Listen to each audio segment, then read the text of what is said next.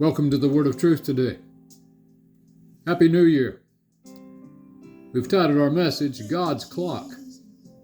Ecclesiastes 3:1 tells us to everything there is a season and a time to every purpose under the heaven. In yesterday's devotion, we explored the topic of time and how important it is in the life of mankind. But what about God? Is time important to Him? It appears it is. Very much so.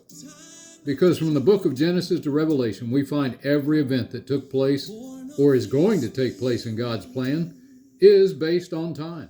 The problem is, though, it also appears God's clock is much different than ours and not so easy to understand. In Psalm 90, verse 4, the psalmist says this about how God looks at time. He says, "For 1,000 years in thy sight are but as yesterday, when it is past, and as a watch in the night."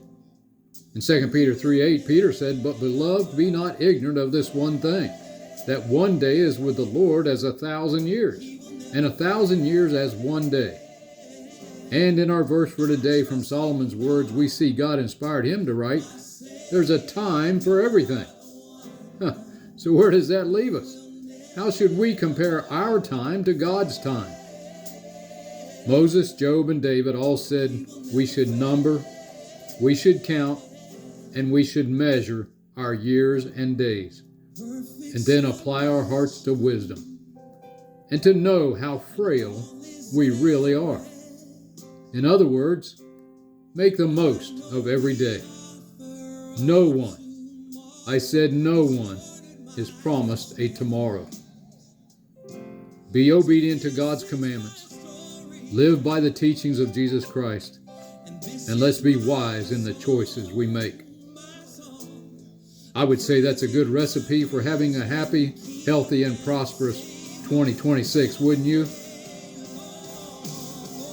God bless you all today and every day in the coming year. Thanks for checking out the Word of Truth today. I pray that you have a wonderful day in the Lord and a blessed new year with Him.